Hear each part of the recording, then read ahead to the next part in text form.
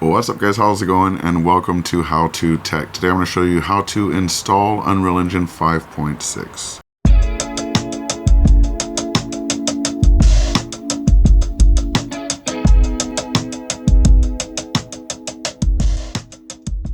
So first thing you're going to need to do is get the Epic Games launcher. Go ahead and install that, and here is the launcher. Of course, if you have Fortnite or things like that, you may already have the launcher and use that for your library.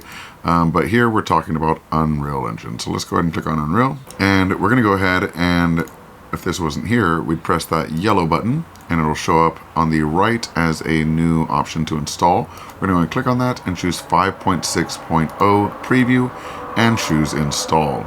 Here we're going to choose install after we read this warning where it says this is for testing only. It may be unstable. Don't use it for live release or active development of projects. So, okay, we'll just try it out and have fun with it for now. We won't actually install it on anything, or we won't actually use it to build anything. Let me make sure I have enough space, and I believe I do. So we're just going to go ahead and wait and let this install, and we'll go from there. All right, so it looks like it's finished. Let's go ahead and open up the 5.6 preview.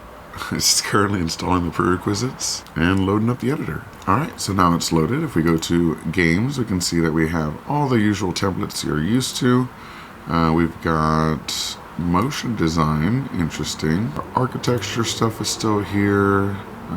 Automotive and simulation. Okay, let's go ahead and click on games, and we'll create a new first-person project just to try things out. Let's call this Test 5.6. Sure. Alright, so Unreal Engine 5.6 is installed in all its glory. It looks like, did this change a little bit? No, I don't think. Maybe I'm just tripping. The white cubes used to be blue, but aside from that, everything looks pretty much the same. We've got some new editor buttons up here on the left instead of the right. That's kind of interesting.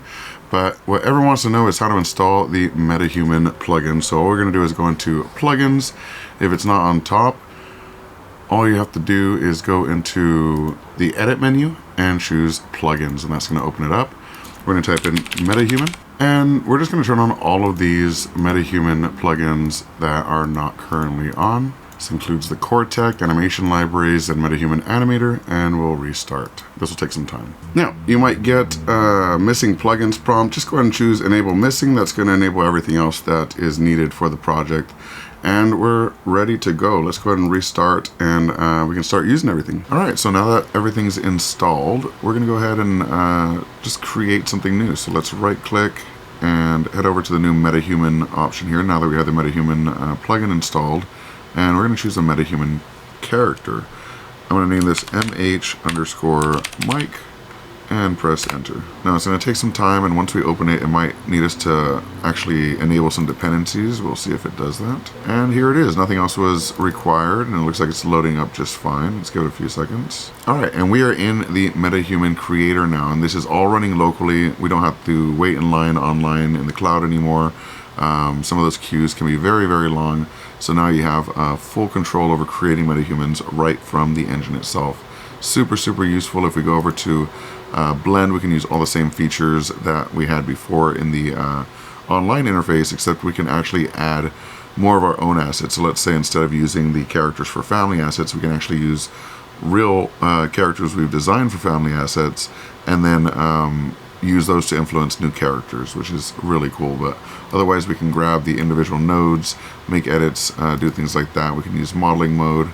All of the same features that were available are still available here. And yeah, that's it for this one. The entire MetaHuman creator is available now in 5.6, and I'll have some new videos coming pretty soon on different ways you can use this and the different types of new assets that you can create within the engine itself. But yeah, that's it for this one, and I hope you have a good one. Peace.